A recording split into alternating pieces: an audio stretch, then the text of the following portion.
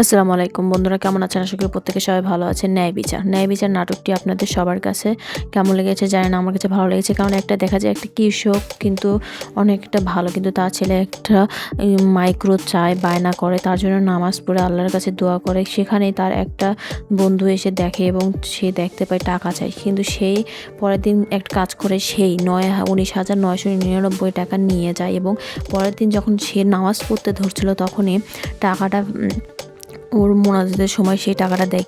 কারণ সে পরীক্ষা করে সে 20,000-এর মধ্যে 1 টাকা কি ফেরত দেয় কিনা সেটা আবার সে লক্ষ্য করে, কিন্তু সেই টাকাটা ও নিয়ে যায় এবং তার ছেলের জন্য হচ্ছে গাড়ি কেনে। তো বন্ধুরা, অন্যদিকে কিন্তু ওই ভাইয়ের কিন্তু অনেক শায়েস্তা করছে তার বউ।